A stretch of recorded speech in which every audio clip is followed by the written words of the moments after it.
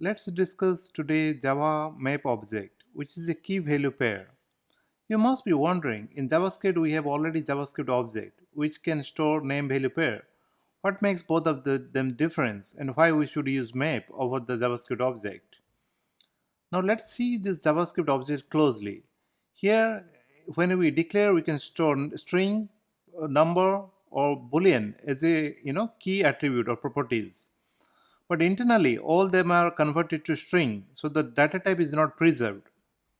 But whereas in this map data structure, whenever we are setting the key as any data type, string, number, or boolean, it will preserve exactly the same data type, which helps in reducing lots of bugs.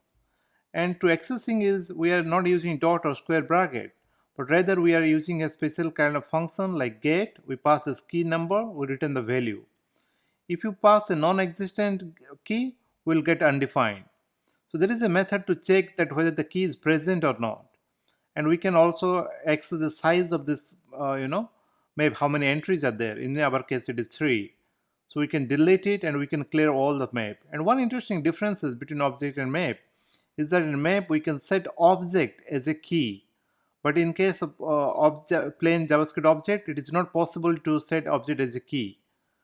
And let's see some example. Here we have defined the same JavaScript object map.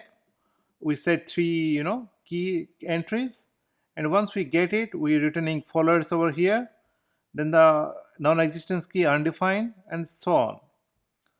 So for example, to it if you are returning, we get this name 466 entry, other thing. Let's delete it, one of the key 466, so that is gone.